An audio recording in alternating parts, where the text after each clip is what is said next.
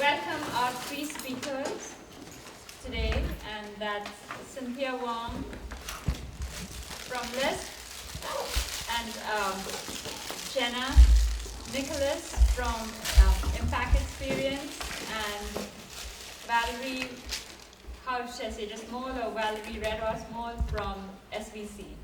So to get started, since Jenna is sitting right here, let me start with just brief introductions. These ladies have done way too much, and I could not remember everything, so I have my cheat sheet.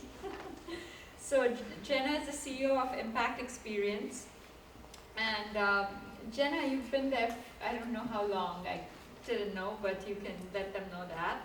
She's also the president of Phoenix Global Impact, which specializes in impact investing, social entrepreneurship, and strategic philanthropy.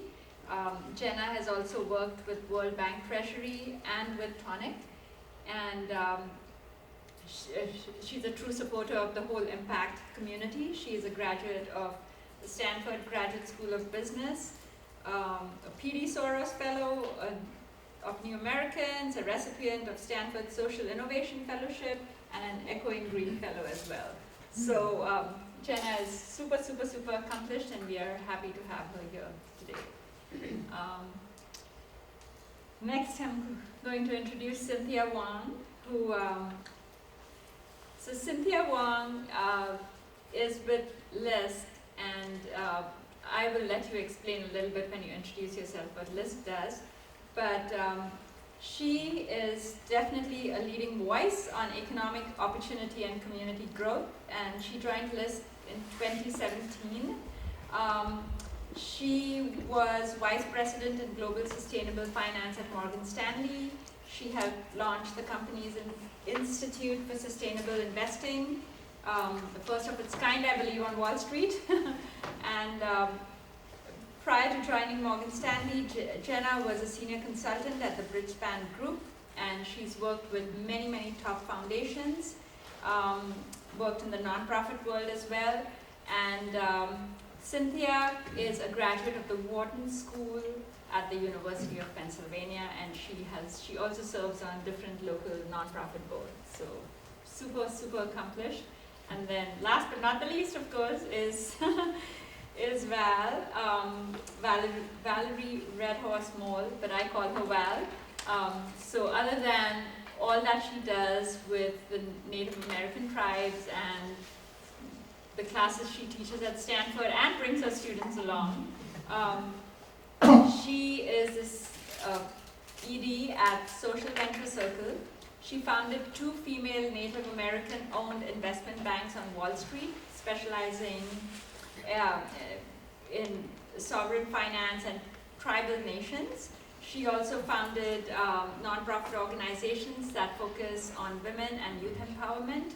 And something that many of you may not, I didn't know this until recently, but she's produced and directed many documentary films. And she graduated from UCLA with a degree in theater, film, and television. I love it. So we have super accomplished ladies here. We're going to start with Opportunity Zones 101, and Cynthia is going to run us through that, and then we'll have a panel discussion. So please take notes. There could be a quiz at the end. No quiz, I promise. Not that thing on a pseudo Monday.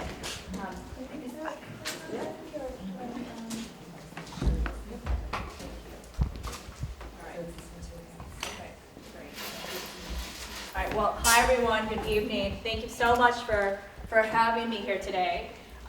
Quick poll, if you'll indulge me, please. How many of you have heard of LISC, the Local Initiative Support Corporation? All right, so a couple of folks, okay, great. How many folks have been, I'm assuming everyone here has heard the term opportunity zones, but how many of you have actually kind of scratched beneath the surface of OZs at this point? All right, a few folks, okay, good. All right, so I am really thrilled to be here tonight. I'm gonna tell you a little bit about LISC, for those of you who aren't familiar with it, and do a little bit on opportunity zones. This really will be, as Arthur said, a one-on-one. happy to answer specific questions. I'm going to try to speed through as much as I can at a high level over the next 10 minutes and really leave the Q&A session for hopefully, as I call it, the gnarly, juicy, meaty bits, with the caveat that I am not an accountant or a lawyer, although both of those classes of professionals seem to be doing quite well since these regs have come out. So we can talk more about that in a sec. Very briefly, because my national team would be very sad if I didn't at least talk a little bit more about LISC. LISC is a community development financial institution. We're a nonprofit that essentially works with investors on one end who are mission-aligned, impact-oriented. It could be banks who are motivated by the Community Reinvestment Act. It could be impact investors, like many of you. It could be different foundations. So we work with those investors and funders, and on the other end, we work with community leaders and partners who we believe should be the ones actually doing and driving the work. We are, feels like a dirty word to say this in Silicon Valley, but we're an intermediary, balancing, and really, I like the term matchmaker, much better, between these unique interests. So LISC has been around. I know this is tiny, tiny print, so I'm just going to highlight a couple of things. LISC has been around since 1979. We're one of, if not the oldest, and the largest CDFI, again, community development financial institution in the U.S. We have invested close to $19 billion in different communities across the U.S. We have 35 offices across the country, but those are urban markets. We're also active in 2,000 rural counties, including a pretty active rural center throughout the state of California. And in the state, there's my office here in the Bay. We also have one in San Diego and one in LA. But again, LISC has been around 40 years, 18.6 invested, and that track record, because last year alone we actually did about $1 billion. You can imagine this trajectory over time of direct investments has actually allowed LISC to leverage a AA S&P rating, which we took to the market in 2017. So another time when I really got to know LISC, first as an investor, where I invested part of Morgan Stanley's proprietary balance sheet into LISC, but then also took it public, being the book runner for that deal in 2017 and raised $100 million on the capital markets from traditional pension funds and asset managers. So again, this is a little bit more about how LISC works. Again, we're the matchmaker. We take different public and private capital sources, and we work with community partners to figure out not just what's the financial magic, if you will. We all know it's not really magic, it's simplifying. But what are the different financial sources and tools that we have in play, and how can we really make sure that we're maximizing impact for the community, and more importantly, with the community. I'll take back my for the community, but with the community, which is something we take really seriously in our office here in the Bay. So as it now comes into OZ, so as I said, LISC has been around for 40 years. In just the past 10 or so years, if you will, we've done 638 deals in opportunity zones. And I'll explain for those who don't know what exactly constitutes as an opportunity zone. I'll talk about that in a moment. And in general, that's been about $2.3 billion in these types of areas. I'm sure we can get out the stats, but I don't want to bore you with all these stats. But what actually is an opportunity zone? So the opportunity zone tax incentive came about through a bipartisan congressional act in 2017. I'm not going to give away all my political leanings, but all I'm going to say is I can only remember that Cory Booker was the Democratic piece of that. As I want to say, it was not Hatch, but it was definitely a bipartisan effort, really to spur economic development and low and moderate income communities. What essentially happened, and I'll say, for example, here in California, is that the governor submitted low-income census tracts. So I'm going to skip ahead to this slide. The governor, who actually asked different mayors to submit nominations for census tracts in their jurisdictions, and then at that point, then Governor Brown evaluated among these lists of nominations which would ultimately be submitted to the U.S. Department of Treasury and then ultimately certified by Treasury as actual OZs. So again, these are low-income census tracts, LICs as we call them, and that is determined according to something called the New Market Tax Credit legislation. New Markets Tax Credit is another government program that exists to support bringing private investment into these communities, primarily around supporting businesses. So the way that this all came about is, as you see here on the left-hand side of the slide, each governor could nominate up to 25% of low-income census tracts to be designated OZs. There was a little bit more flexibility for those that were fewer than low-income census tracts. And then the other trick here, as you'll see here on the right-hand side, is that they also consider kind of median family income, and so up to 5% of census tracts that were contiguous to the low-income census tracts could also be considered OZs. Again, as we see, for example, here in the Bay, what we see in terms of the impact of gentrification and displacement is not necessarily tied to barrier-type boundaries. I think that's really the takeaway there. Let me hop up here. I think for most folks, this, may be old news or just, kind of motherhood and apple pie, but I think it is important to take a moment and talk about, so why? So why was this legislation passed in 2017? Why is this so important? And that is because, many stats, whether, here we're sourcing EIG, which has been one of the larger groups promoting opportunity zones, but Urban Institute and many other think tanks have put out a lot of research documenting how more than half of America's most economically distressed communities have both fewer jobs and businesses. And that what we see is that the conditions and the capital, as well as the capacity building, we'll come back to that later, is not in place really to set up the parameters for growth. And so, this is a key piece for us, and what we see is diversification, the need for diversification. So when I was for example, as a PM, as a portfolio manager, what was I looking at? I was, want to reduce risk, reduce volatility, increase diversification of my portfolio, right? What I can think of that is, think of a portfolio as a city or a jurisdiction, pretty similar principles apply. So, designated opportunity zones, jumping ahead here.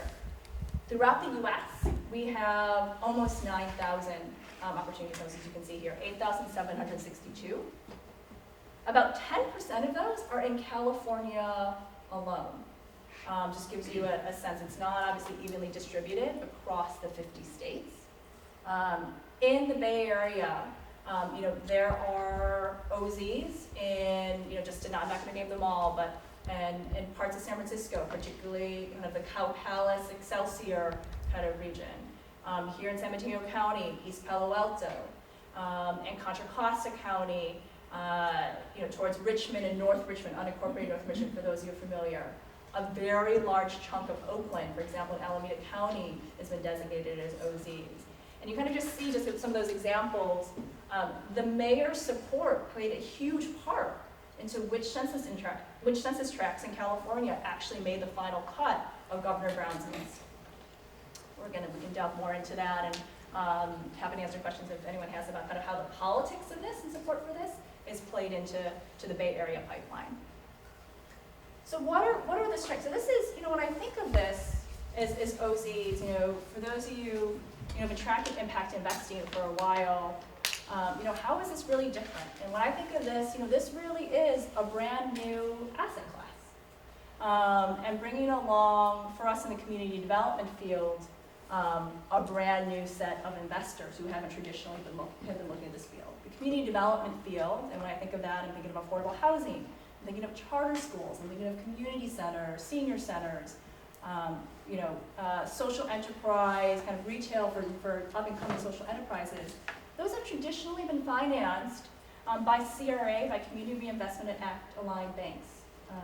For those who aren't familiar with CRA, another piece of congressional legislation passed in the 70s, which is, shall I put it, incentivizes financial institutions to put out capital in low and moderate communities. So community development work has primarily been financed by CRA, motivated banks, by foundations, and then a little bit also of other impact investing, which is very new to the field, and I would call it the past 3 to 5 years. For community development, specifically, obviously not speaking of impact investing in general. So we're really excited for those in the field about, what is this new opportunity to bring in other folks, other investors, other capital to the work, because we really believe that bricks and mortar can dramatically change a community and the trajectory of that community. What we really see with OZs is the opportunity that it truly is local. Again, because you have mayors who put in and nominated which census tracts they want their communities to be focused, the idea and the hope and what we're starting to see in some jurisdictions is that they're aligning planning efforts.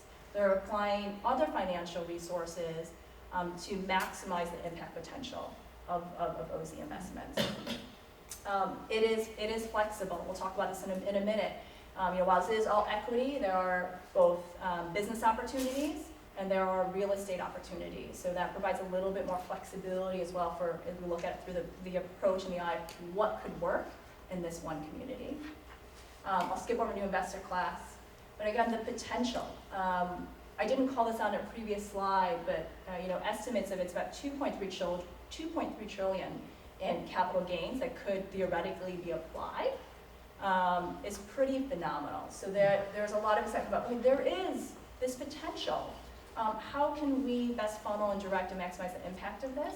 Well, I would dare say, even at LISC, we say, how do we, as well as manage the fiduciary responsibility? Because we take that just as seriously as the impact piece. And while the last piece, I will admit, straightforward is one that I would contend with. This is I will come clean. This is a slide, a set of slides developed by a group of my peers at LISC. And for many of them who work with a lot of different federal government programs, like the New Market Tax Credit Program that I mentioned earlier, something else called the Low Income Housing Tax Credit, tons of compliance, tons of paperwork, tons of time, years. This is relatively straightforward, but as we'll talk about in a second, that's all relative. And I do think that this is a particularly complex topic because of the compliance and the different deadlines around timing that need to be in place for one to maximize the benefit. But before that, what are some of the concerns? And I actually, you can read the slide, but I'll just say kind of the punchline for me, and as some of you may have heard, is really about this double-edged sword of OZs and opportunity zones. That when you have a bunch of money coming into a community without guardrails around what the impact of that could be, are you actually, instead of accelerating positive economic development, are you actually accelerating gentrification and displacement? And how do you measure that, and how do you stop that? That is, for us at LISC and for many of our partners, our biggest concern, right? Because the last thing, no matter how well-intentioned, as we all know, for many of our partners, community partners, and I also put our investors, that's the last thing we want to see, right? So that is when we're happy to talk more about that. I think that's where some of the juiciest, gnarliest pieces are, for, as we talked again, both to investors and community partners. So how does this actually work? How do OZs actually work? So what happens, kind of you see this simplified 3-step process here, center left, is that you can get a deferral of taxes on any capital gains that you then invest in a qualified OZ fund, which by the way has to happen within 180 days. So there's already one time piece there. What's the second piece here? The reduction of taxes. So on those investments that you have there, and particularly for many folks, the opportunity, the best opportunity is really if you can hold it for 10 years, maximize your tax gains. Then any new gains, now I'm jumping ahead to the next box, any taxes on those new gains are canceled. So I don't think I have it here. For those of you who are inclined, I can share and I can have Arti send out. We actually walk through an example, with the numbers of what's the difference of, let's say, a $100,000 investment, for which, if you in an OZ versus without an OZ, it's about 80,000. If we take a $100,000 investment, 80,000 after net kind of cash flow difference, assuming a 15% discount rate. And happy to share kind of numbers and more examples for folks who are inclined to go over that later on. So what does this, ultimately mean, right? This is about getting more equity dollars in these communities What this also means, though, is that, spoiler alert here, for a lot of these projects where, it's affordable housing, for these community centers, these returns are still concessionary returns. We're looking at, mid-single digits, sometimes low single digits, right? And so as I talk to, many of our, our peers, who are looking at this, and they're looking at minimum, 12, 16% threshold ROI. For us as LISC, that is a really challenging threshold or hurdle to hit. Okay, so we'll move around. Okay, what does this really mean? So moving on, 3 kinds of investments. There are direct business investments, there's investments in real estate, and then you can also do investments in new equipment and other assets. Just to give a really brief example, kind of economic development investments. So you could have a business infrastructure real estate fund, you could have a venture capital fund. You could just be doing, straight operating business, private equity. And there is that last bullet right there is yellow because that's something that we're still working on figuring out. How does it actually work as enhancements with other federal tax credit programs as we're trying to maximize, the toolbox that already exists, right? Why create another tool if you can get more juice from something else? So here's one example of a deal that's probably that LISC is working on. So MLK Community Gateway Partners. I know this is really small font, so I'll share this. This is a mixed-use project in DC, which combines an anchor employer tenant, which is a minority-owned information technology firm. It's a grocery store that's going to provide job training for entry-level employees. There's a branch of City First Bank, which is, for those of you who are familiar with it, it's a DC-based bank with very strong social enterprise kind of roots, and kind of other community amenities, TBD.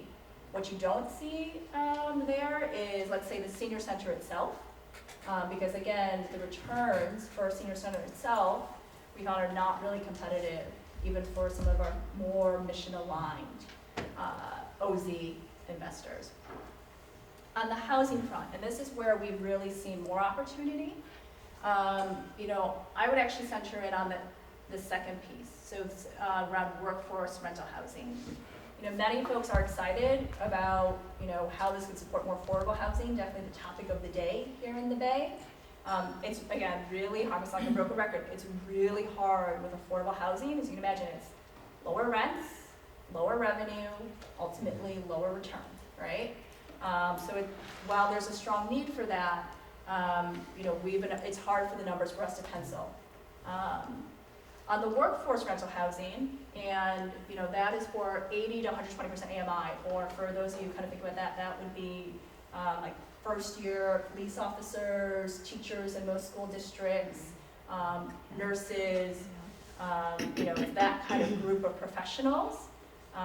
Housing at those income levels, we think there's actually more opportunity, and you can actually make the numbers pencil in such a way. And we certainly see here in the Bay, and my colleagues in LA and San Diego see that need for housing for those populations as well.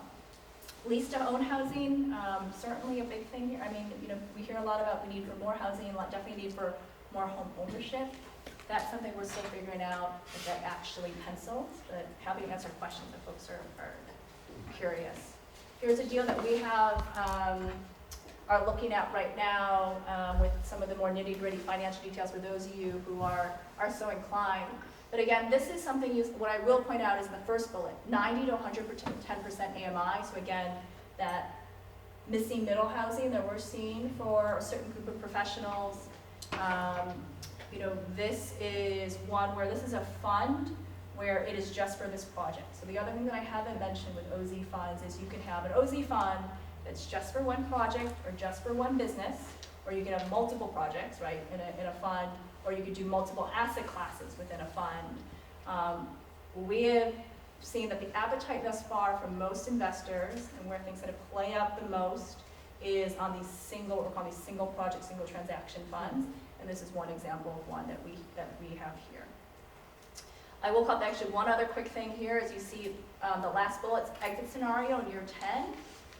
Again, you got to get out in your tent, right? So the investor's going to want to get out. But from an impact perspective, what about long-term affordability? So if you're selling that affordable housing complex in your 10, how do you make sure that folks who are there are not going to be displaced or turned out? And so that's another piece that we're working with partners on solving. All right, that was more than 10 minutes. Yeah. And I'm sure lots of questions, so I'll pause there.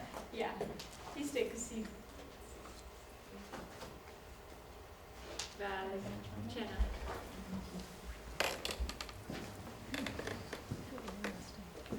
Thank you. I learned a lot, thank you. I hope everybody else found that interesting and learned something, so there will be time for questions at the end. So let's hear from the other ladies now, and let's start with Jenna. So Jenna has been doing work in this area, working with universities, etc. So Jenna, from your perspective, who are the key players? What have you done? What's been your application of OZs?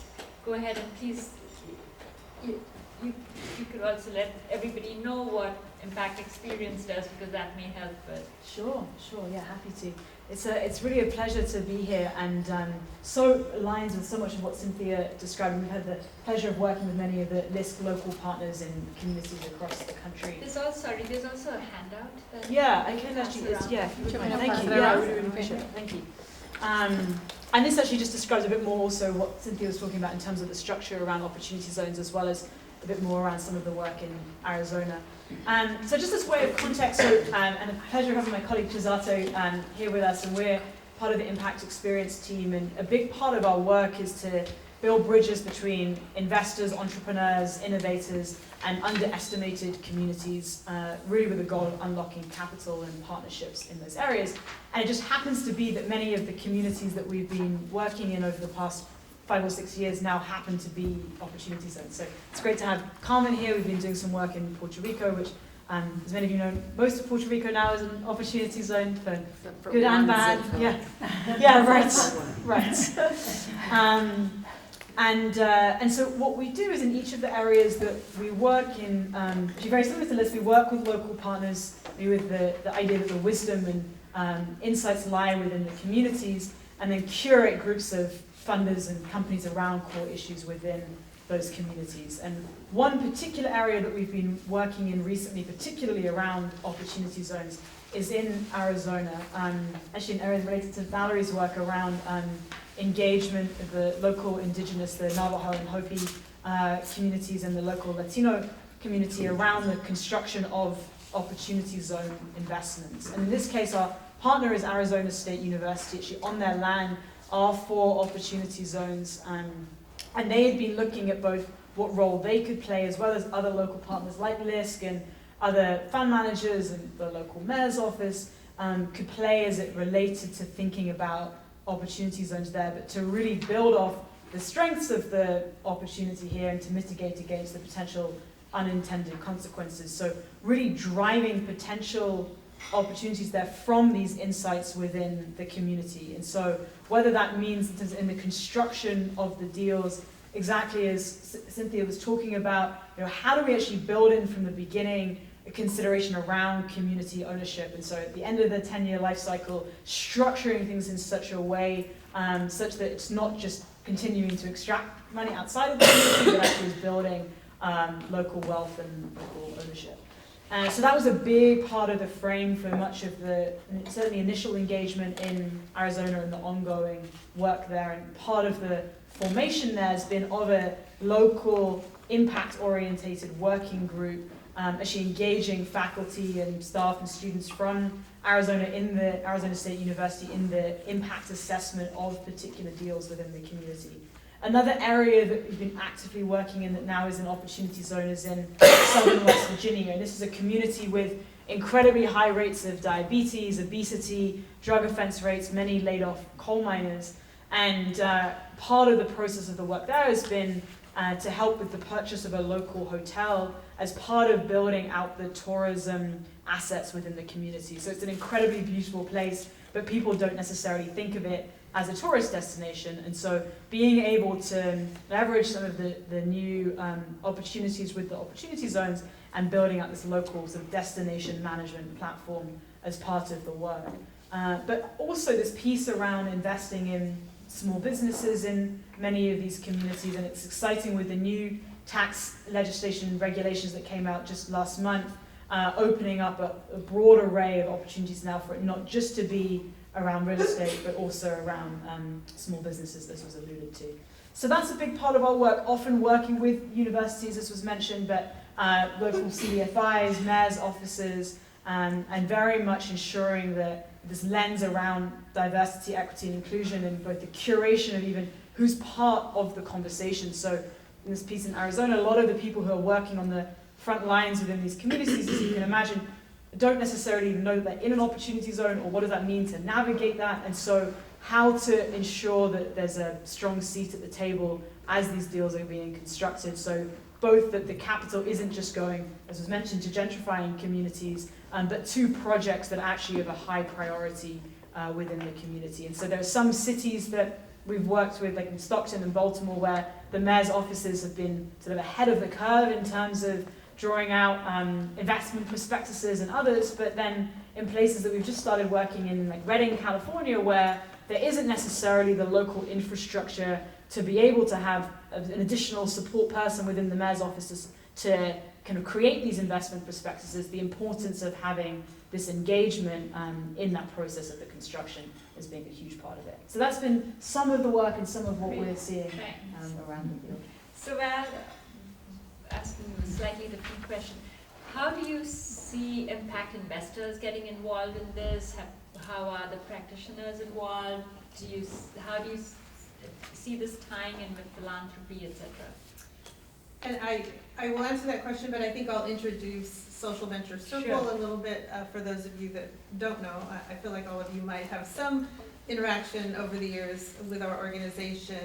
And tonight, I'm sort of, drawing on my perspective from wearing different hats throughout my life, including my work with tribes, but really I'm here as the executive director of Social Venture Circle.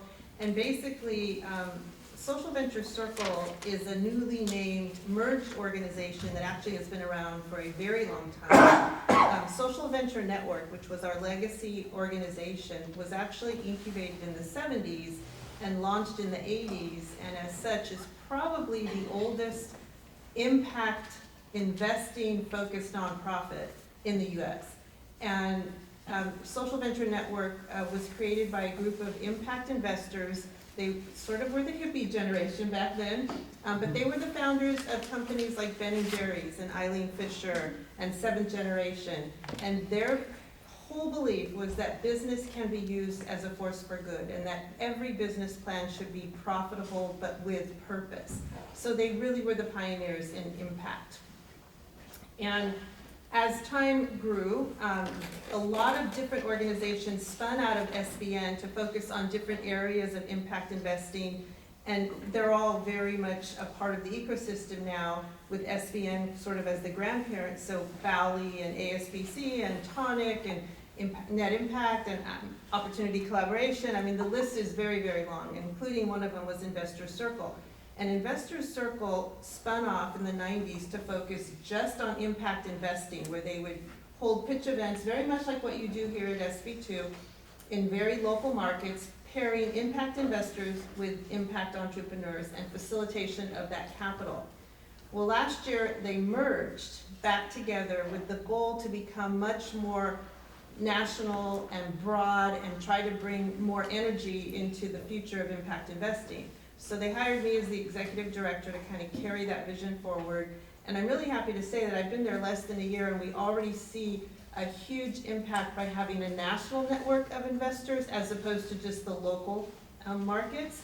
So we facilitated hundreds of millions of impact dollars into impact ventures.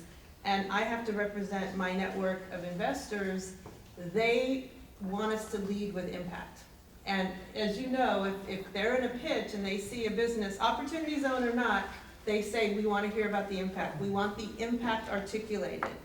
And what is concerning to my investors, and they're not my investors, they're my network, is that when the Opportunity Zone legislation was passed, it is a Cue the Balloons event for communities, it's great, but the articulation and accountability and transparency related to impact really wasn't articulated and defined, as much as we would like to see it. And I can give you some examples even from my own community. I can speak very well to tribal projects.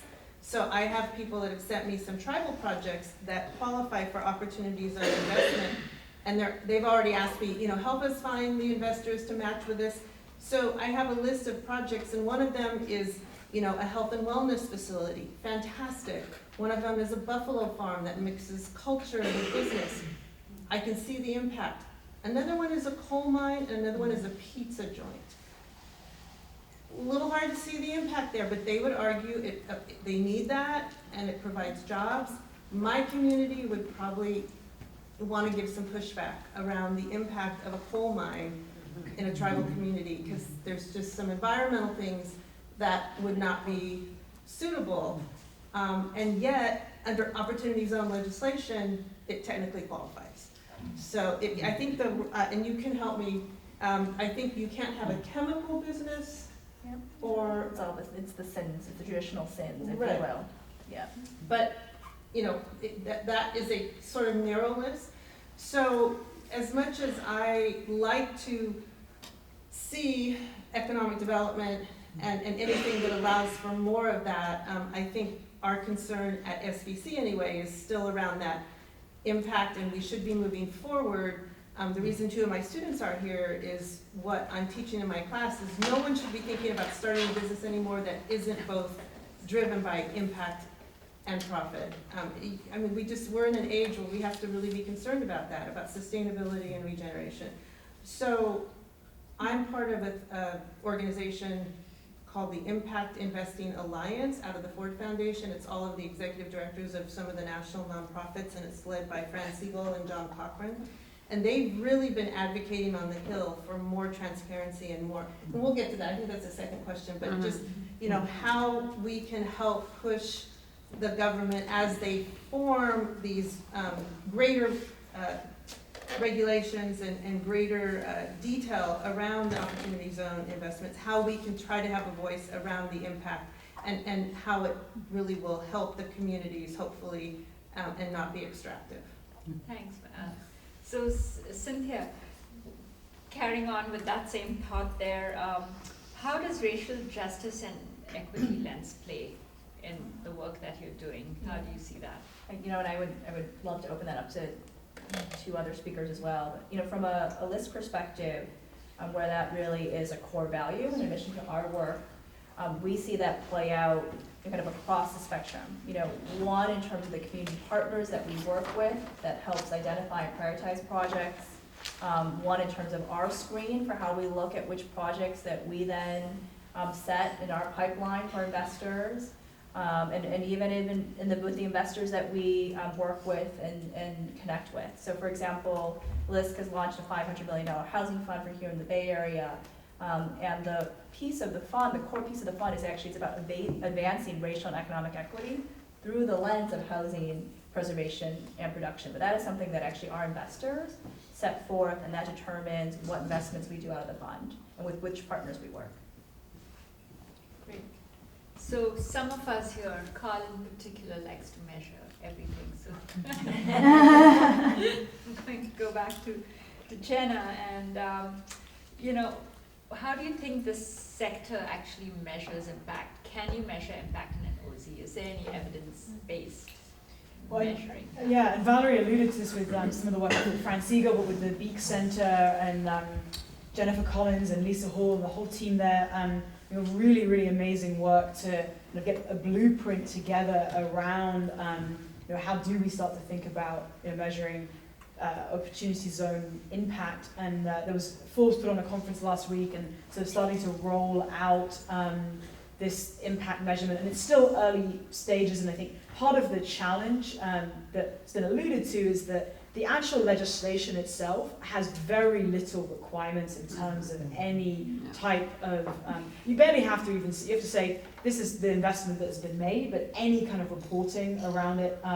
there's very little there. And there's actually a lot of push right now from groups like the Impact Investing Alliance to try to get more sort of both guidelines that's actually embedded into the legislation around that. But even if that doesn't happen, having self-reporting take place and having a standardization around that self-reporting, I think will be a really important part, certainly from an impact perspective, but even for just traditional investors, having that type of data as being a really important part of the growth of the industry. Of course, it's challenging when we're both looking at real estate and small businesses and just the diverse array of the types of investments that are being made.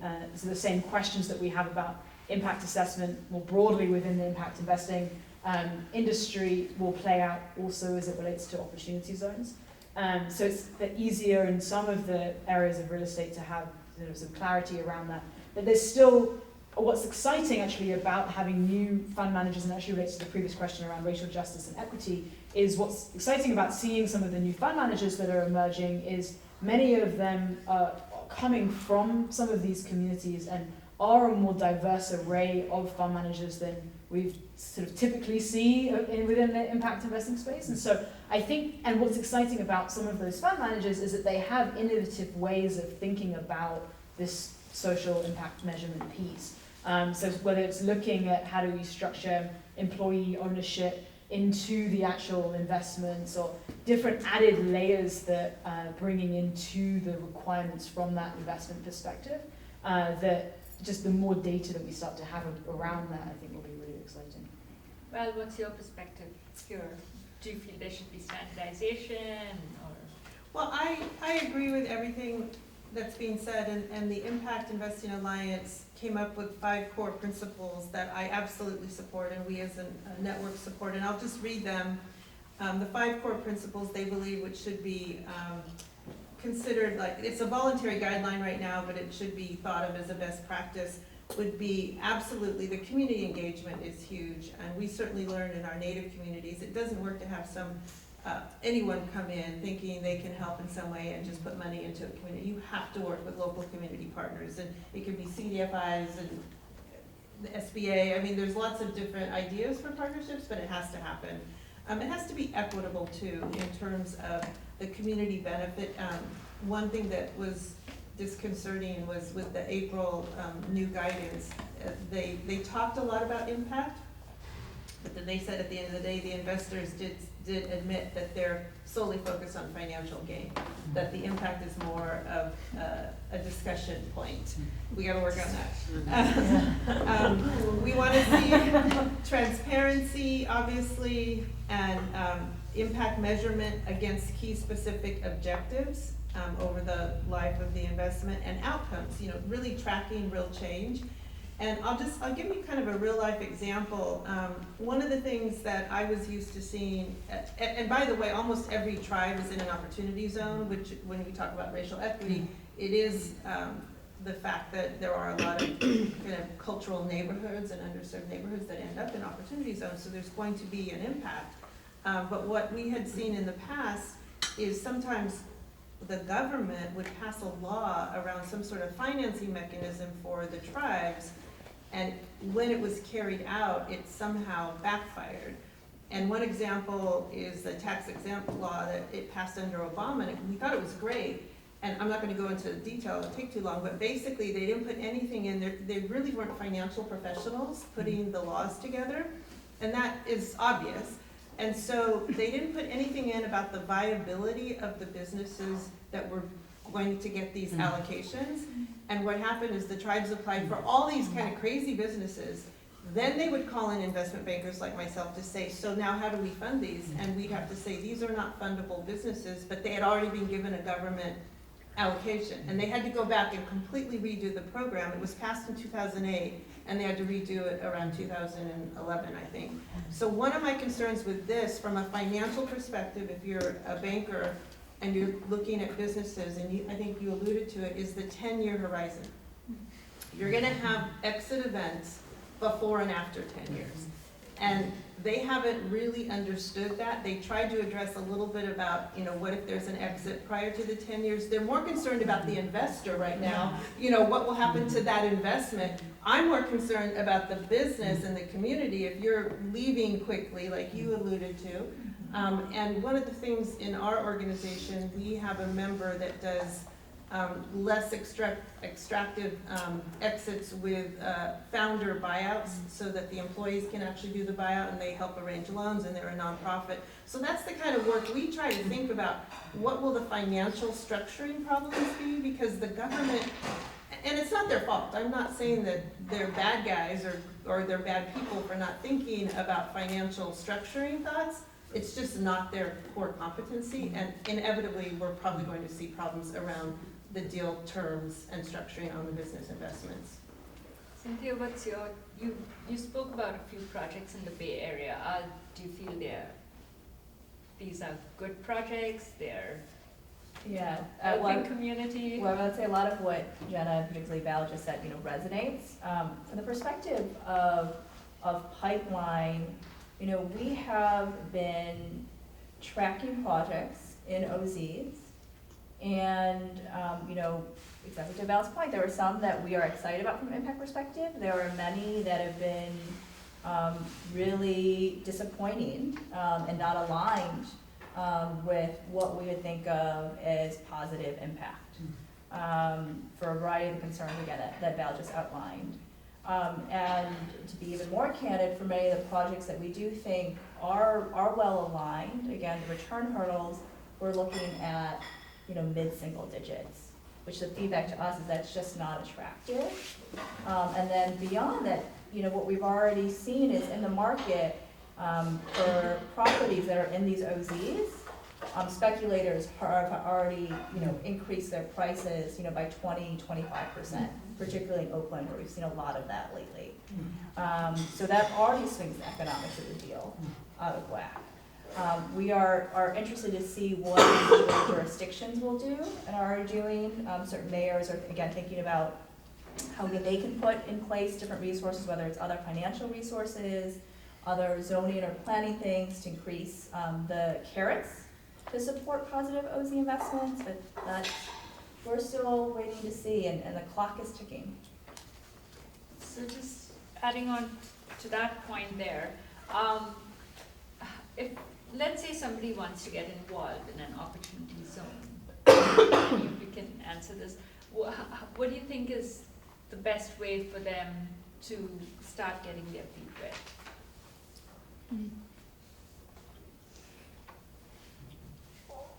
I'm happy to kick off. I think, first off, coming to an event like this and kind of learning about what you're going to do is basics. This is like the old banker in me that feels my compliance person. Definitely talk to your lawyer and your accountant as well. Get some professional help. I was joking earlier that those seem to be the folks that have been making the most money since the regs have come out. And this is going to come from, again, from a place of impact first, but really understand what do you really want to get out of it. This is advice that I give to all impact investors. Be really clear, not just on, do you have a minimum threshold for financial return, but is there a particular project, again, given the local focus of OZs, do you really want to do something in your county? Do you really want to do something in the housing arena? Do you want to do something maybe more in the economic development arena? But kind of have a sense for what you want to be really focused on. And then there are, different fund managers that are coming out, and it's doing your diligence and your research on that. Unfortunately, there's this one source we can go to, and like, here are all the OZ funds, and here are all the OZ fund managers. Like, the space is just not there yet. We're getting there. What I will kind of preview is that we are, again, there are about a couple of different jurisdictions that I see in the Bay coming up and actually staffing up to support this. So that certainly would be a great outlook, but again, depending on your local preferences, it might not be the city of your choice. And you can probably guess which some of those cities are, given the capacities of our cities in this region. But that's what I would do as a start. So are there any guidelines that one should, follow or look at when you're trying to select a good fund to invest in? Maybe there hasn't been any exits. We don't know what the returns are going to be. It's all your best guess at this point, so. Well, we're doing an Opportunity Zone podcast with ASBC and Valley, and I'll definitely send you that information. But what I'm seeing is really, state by state, some states are way ahead than others, and they've actually issued prospectuses and guidelines of here's some funds and here's some opportunities. And we just really encourage looking at, again, the impact. And we want to support more businesses. We don't think there is, I'm not gonna say there's not any impact in real estate investment, of course there can be, but we're much more focused on the businesses and how you can support the impact businesses. But if you want a financial return, Yeah, any of you can answer this, what should you be looking for when, for example, when we invest in impact funds, we are looking at impact plus a financial return. So if one wants to do the same here with opportunity zones, what should you be looking at? So there are a number of, and some of them are in the earlier stages of developing the prospectuses and what have you, but there are a number of fund managers that, like some of whom are coming from a more traditional, just straight investment background, and then are layering in the opportunity zone piece. So in LA, there's a fund that has been doing deep work in LA for many, many years. Again, it's not necessarily, would not have been considered to be an impact investing fund historically. And I think that's the way, as with any impact investing due diligence process, like how you're weighing the returns versus the impact. And obviously there's some that are so clearly, if investing in coal, right, the impact thesis being much less there, but when you're looking at, this LA fund, they're very focused in Skid Row, and so just by the nature of the areas that they're investing in, but then how they're thinking about the community engagement piece and the process as being a huge part of it. There are a number of funds here in Oakland. The fund called Dev Labs is a new fund that's just started, sort of a spin-off from Acumen called Crossing the Stream. So there's a number locally has been alluded to, and some of which in their projections are fairly high. I think another piece that we have, pretty much every 6 weeks we're doing these impact experiences in different parts of the country, majority of which with an opportunity zone focus. So one of them is in collaboration with the Sierra Club, and it's in Atlanta, and it's actually at the intersection of climate resiliency and climate justice and opportunity zones, and that's part of their broader Ready for 100 initiative. So 100 cities that have committed to transitioning to 100% renewable energy, majority of which now are in opportunity zones. And so particularly given what sectors people are interested in or what geographies, thinking about the overlay of that sector with opportunity zones as being a core part of potential right now. and if I could add to that, I think the question might not be as specific to opportunity zones as you think. When I sit through your pitches here at SV2, you have some tech, and you have some healthcare, and you have some low affordable housing, and you know that certain sectors are going to have lower returns or a longer horizon than others. And I don't think it's any different just because it's in an opportunity zone. Now, you might be co-investing alongside investors that don't share your passion for impact. That probably is the exception. But I have a list, and I'm happy to share with anyone that wants it. It was sent to me by one of the Native American groups, and they're all over the country, but it's some of the Native American opportunities in opportunity zones. And as I mentioned, we've got healthcare, food, hemp, the coal is in there. I'm not gonna pitch that one, but, and there is one that is a tribal plastics to fuel processing, so it's like a recyclable plant. I think my point is, all the sectors are going to be represented, and you can't put opportunity zones in as if it were a sector. So Cynthia, if somebody wanted to start their own fund as opposed to invest in another fund, what are the challenges, pitfalls? When should one even consider that or not? Yeah, and as we talked about this in our prep call, I don't think it's that different from, would you start a regular fund of, OZ or not, right? What I would call out, as you all probably noted from the conversation thus far, is that there's a pretty hefty compliance lift, right? To make sure that you are maximizing the benefits of your OZ fund. And so some of you may be incredibly adept and have the capacity to do that yourself, and that is great. What we're seeing with many other folks is that they would rather outsource that and work with an existing fund. So I think that's one piece of it. Obviously, that if it's your fund, you have your own autonomy over decision making. Then you would. Then again, that you're working with a fund manager. But I don't actually think that the trade-offs are that different from whether or not it's OZ or not. Let me ask you a question, because I actually don't know the answer to this. You mentioned the 180 days. Isn't it similar to the old 1031 exchange, where if you have a liquidity event of a real estate property, you have to put that money somewhere in 180 days? Yeah, you got it. So it's not like your typical, oh, I have money that I've decided I'm going to invest and it's sitting over here and now I'm going to decide, I mean. Yeah, you got it. The Yeah. clock starts ticking immediately then, yes. So exactly. if you are basing it on a liquidity event, that you have capital gains taxes going to be assessed, there's a time frame. Yeah, that's a really great point. And how does that work with funds? So, with the, so as I mentioned kind of before, what we're mainly seeing are these single project funds, right? So they're already set up. So as soon as you become an investor in the fund, those are set up so that they could make sure that they are dotting their I's and crossing their T's for you pretty soon after. What we're starting to see now, like we mentioned, alluded to earlier, different multi-project funds or multi-asset class funds. It kind of sets up more flexibility, but, the fund's doing the exact same thing, but you are essentially leaving that to the fund manager, that responsibility. And thank you all, this was great. So what we're going to do now is take 5 minutes, do share pairs, find somebody next to you, and come up with 1 or 2 good questions.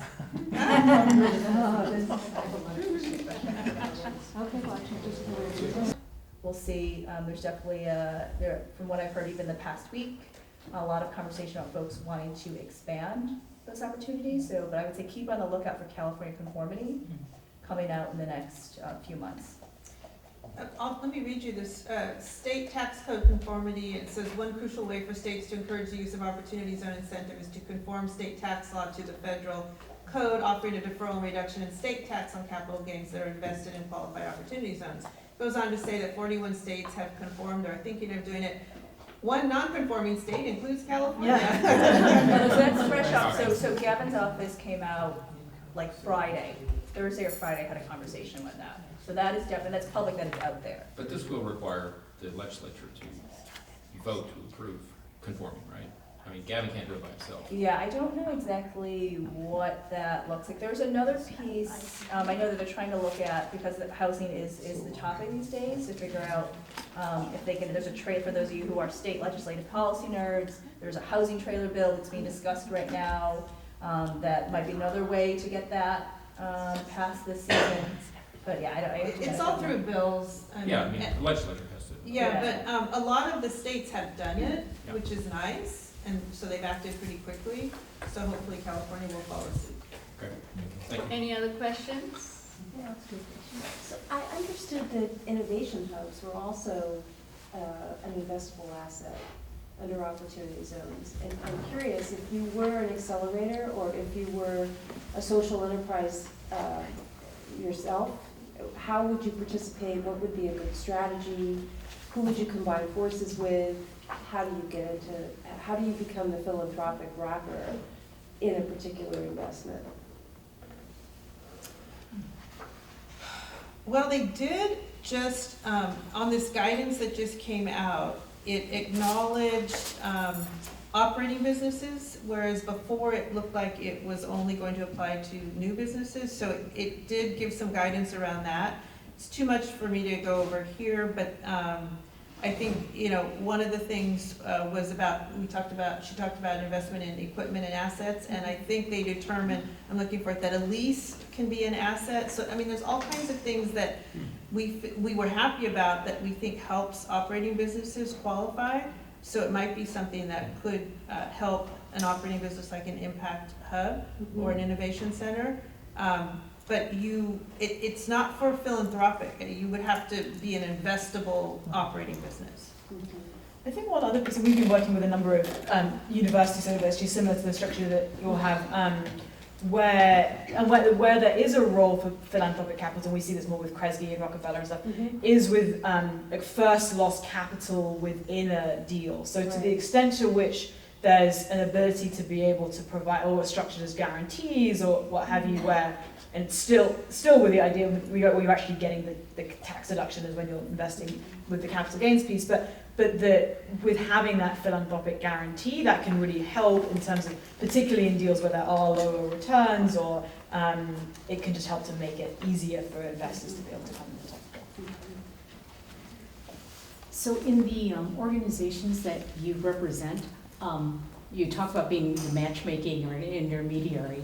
So you bring together the funders and then the business opportunity from the community. Is there any involvement on the ongoing basis to help with management expertise, financial expertise, sort of this advising? Because 5 to 10 years is a long time. So you can match the funds and you can match the community, but what other help is there, or organizations like yours that you represent, what do they bring to the community, to these businesses? That's a great question. I'm happy to mention from the list perspective, because a lot of what we do normally is technical assistance in combination with this, is actually working with the philanthropic partners, including some of the foundations like the ones that Jenna just mentioned, where we are getting, basically provide grants to support that work in addition to the investment capital. And one of the roles at SVC that we play, we vet a lot of the companies that apply. We have a pretty extensive criteria. It's through the GUS platform, and you have to be an impact business.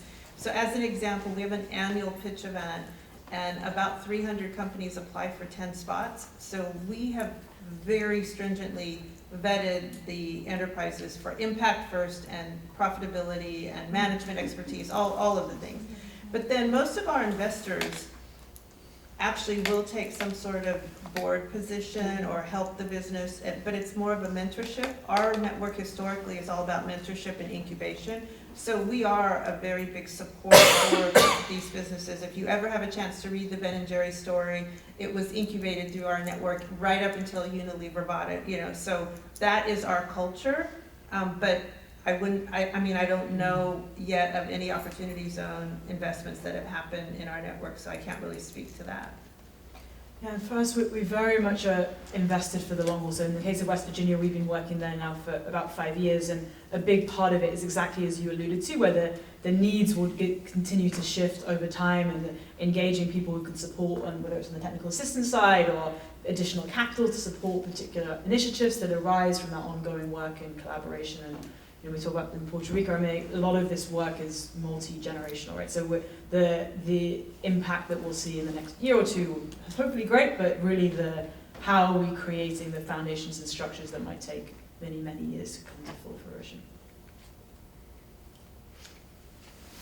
I'm just sitting kind of back, making sure I have my cynical hat on about this whole field, which is kind of like, if I just got my IPO, I have a big capital gain, I work at Uber, I can just take that money, invest it. I know there's bureaucracy, but my 500 million into Oak housing, on the west side, which pushes people out, and then get my taxes on that gain I just made from the IPO canceled. Is that what can happen after 10 years? My federal capital gains would not happen? No. It doesn't work like that? No, your capital gains that you make on Uber could be deferred and reduced, not eliminated, but then the gains from the new project itself could ultimately be canceled if you hold it more than 10 years. Oh, so it's just on Deferred and reduced. Okay. So you can pay less than 20% federal capital gains tax and defer that for years before you had to pay whatever you had to pay if you hold it for 5 years or more. Okay, but it's just deferred. I still haven't. Deferred and somewhat reduced. Somewhat But I think we should, I'm not sure it applies to capital gains on stock valuation. I'm not sure if if that qualifies. It It qualifies. does Yeah, qualify. it's a capital gains, a capital gain, it's an asset, Yeah. so. It doesn't Any have capital what- gains. I thought there were some carve-outs. So Vivian seems to know a lot about this. I was on several Opportunity Zone webinars or different seminar things where lawyers talk and, excuse me, different foundations. So any capital gains count, short-term, long-term, that doesn't Yeah. matter. It can be from real estate, it can be from stocks. If you hold it for 5 years, it's 10% discount. 7 years is 15% discount. And then if you hold beyond the 10, sorry, that net gain from the Opportunity Zone gain is then canceled. So my question is a great follow-on to these two, which is, you spoke a few times about investors pushing back about the returns being in the mid-single digits. So I'm assuming that that is separate from the capital gains benefits that have just been described? Is that correct? Yes, and it's So what's the problem? it's still, for some of our investors, they're still looking at it vis-a-vis, the regular universe of what they could be doing with their capital. And it is, for those that Joanne that may have just mentioned, right, who may not be impact first inclined, right? They're still looking at other options. But no, that's not really my question. It's more like when you combine the tax benefits with the returns, does it not pencil out to be advantageous? I know it depends on these various circumstances, but Yeah, I think not every deal has tax benefits of that magnitude, it would seem. Well, let me at least address the businesses. We have not looked at the real estate investment side of things, so I can't speak to that. But on the businesses, one thing to keep in mind, this money is equity into equity. They do not let it become debt. And so you hit on something I wanted to mention. It has to be paired with other, what we call integrated capital, whether it's other investment debt from CDFIs or new market tax credits or tax exempt issuances. So as an equity investor, you've got senior debt now typically on top of your equity. I can see how an Uber person or a big real estate mogul is going to be looking at this community investment with some senior debt on top of it in a business that's doing, 7% returns, thinking, I'm not so sure about this. So it can be a complicated structure when you get into businesses in these opportunities. Also, we are assuming that what you've invested in is going to be profitable. Right. You could lose that. risk. You might as well pay the tax and keep the money you got from Uber as opposed to putting it into something that may. I'm just thinking of real estate deals. Yeah, even with real estate. With the real estate yeah. deals, yeah. Because I believe. I think with the new rules, you cannot just buy real estate and keep it, right? It has You to be have to develop substantially it. improved, yes. Oh, okay. So that raises the question you mentioned as a concern. Substantially improved real estate in a development area usually means gentrification. What's the prevention of that? That is the heart of it. It really is what does that look like? How do we think about, what goes in that, or on or in that real estate, if you will? What are other guardrails that the community and really being the local government can set up to guide that? But that's, there are no clear guardrails at the moment, and that's the big question. One of the recent guidance, I don't know what they're calling it, but that came out recently, it came out in April, did have some guide rails around the test for a business to be considered eligible in an opportunity zone. Does require that a majority of wages are paid inside the zone, a majority of person hours are performed inside the zone, management and operational activities necessary to derive at least 50% of the gross income are located inside the zone, and an examination of facts and circumstances is used to determine compliance. So it prevents a business from just coming in, establishing an address, and then, doing, I don't know, payday lending or something. So I will ask Vivi if she wants to rephrase this, but her point was, which was I thought was great, is from a risk point of view, is what if you start out that way, and then 4 or 5 years into the project, all of a sudden you stop employing that percentage of employees anymore. Or They you- fall out of compliance. Right, you fall out of compliance. What happens to my investment if 4 or 5 years in, I fall out of compliance? How is that being handled? Tough question. I don't know if we have the answer for that. I mean, I will say from the low-income housing tax credit world, the investors SOL. Yeah. I mean, that's why asset management and compliance is so intensive, resource intensive, for the management of that program. So I don't think we know exactly for this one, but for LIHTC, we call it, I mean, that's it. Yeah, I mean, there are annual reporting requirements. And one other piece that I don't think we've mentioned yet is also that, so for any opportunity zone fund vehicle, 90% of the investments have to be within opportunity zones. And that's the other piece in terms of just this question of, but if 5 years down the line, and they start saying, oh, well, now we're more at 80%. I mean, there's still a question, and that's where partly this previous question around does the deal pencil.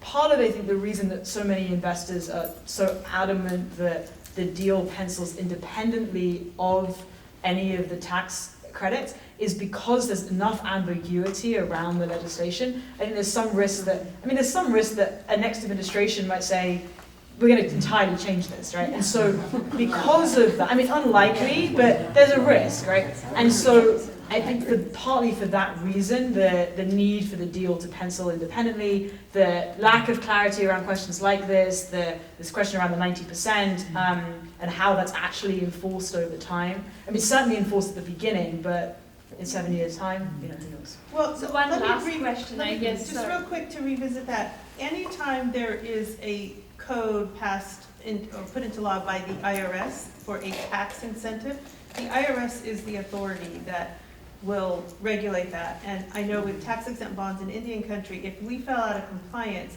the investor did not get the tax benefit and they were actually called to become taxable. So the investor would be incentivized to keep their business compliant in order to maintain that tax incentive through the end of the 10-year period. That's right, but in this case, as we know, is complicated because they're not the sole owners. So if they're not the actual operator doing the employment, for example, using that particular case. And then there's the requirement of how much improvement they do on the property itself in order to qualify. All those things, one of them fall out of compliance. It was just in the context of discussion of, I'm wondering if people realize how much unknown risk is ahead. Go ahead. Last. In terms of measuring that compliance, or like how much it was fixed, how much is it the IRS doing it, and then how much is the local government or the mayor or the, just the governor's office, who's doing the, that part of the compliance? Is it a combination of, IRS and local government to say, oh yeah, you are doing what this project is supposed to be doing in terms of employment and benefit, et cetera?